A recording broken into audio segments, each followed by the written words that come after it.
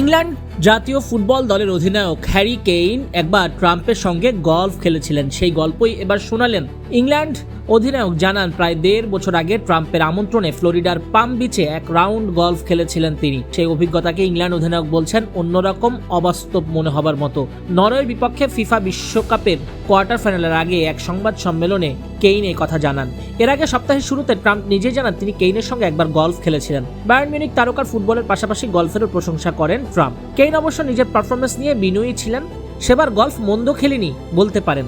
প্রায় 18 মাস আগে ট্রাম্পের সঙ্গে গলফ খেলেছিলাম, তখন আমি পাম বিচে ছিলাম। তিনি আমাকে আমন্ত্রণ জানিয়েছিলেন, আর প্রেসিডেন্ট যখন কোথাও আমন্ত্রণ জানান তখন সেটি তো বিশেষ ব্যাপারই। তার সঙ্গে দেখা করা, গলফ খেলা সব মিলিয়ে সত্যি অন্যরকম অভিজ্ঞতা ছিল। ধারণা করা হচ্ছে ফ্লোরিডার ওয়েস্ট পাম বিচে অবস্থিত ট্রাম্প ইন্টারন্যাশনাল গলফ ক্লাবে সেই রাউন্ডটি খেলেছিলেন ট্রাম্প এবং হ্যারি কেইন।